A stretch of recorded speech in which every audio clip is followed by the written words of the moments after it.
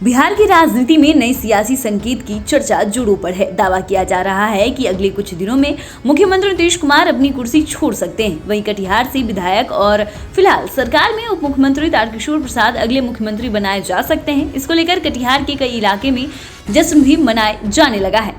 हालांकि कटिहार दौरे पर आए तारकिशोर प्रसाद ने फिलहाल अटकलों पर विराम लगा दिया है। उन्होंने कहा कि ऐसी कोई चर्चा फिलहाल नहीं चल रही है।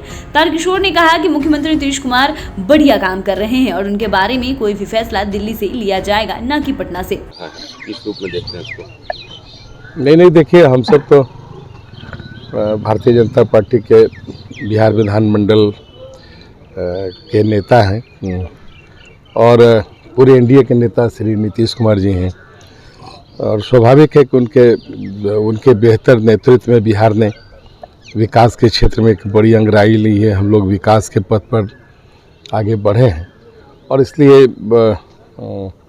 ये जो सारी अटकलें हैं, इन अटकलों में कोई दम नहीं है, निराधार है। नीतीश कुमार जी हमारे नेता हैं, उनके नेतृत्व में हम सब काम कर रहे हैं।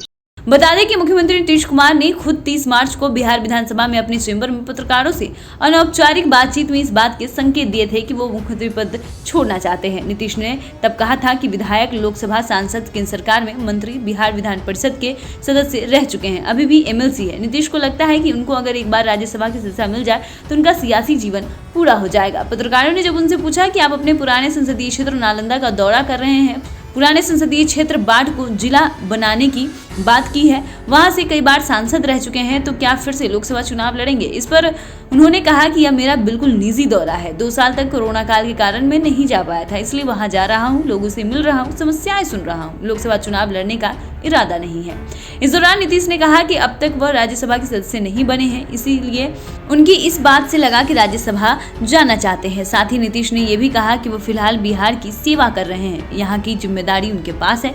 लेकिन नीतीश ने राज्यसभा वाली जो बात कही, उसके बाद से सियासी गलियारों में अटकलें लगने लगी है कि क्या नीतीश सच में बिहार के बागडोर दूसरे को सौंप राज्यसभा जाना चाहते हैं। नीतीश के उप मुख्यमंत्री बनने की चर्चा जोरों पर है। चर्चाएं हैं कि बीजेपी उनको उपराष्ट्रपति बनाने का ऑफर दे देगी तो उनको राज्यसभा जाने का रास्ता भी साफ हो जाएगा, राज्यसभा के सभापति बन जाएंगे। वैसे भी बिहार के पॉलिटिकल कॉरिडोर में चर्चा है कि बिहार में बीजेपी अपना मुख्यमंत्री बनाना चाहती है।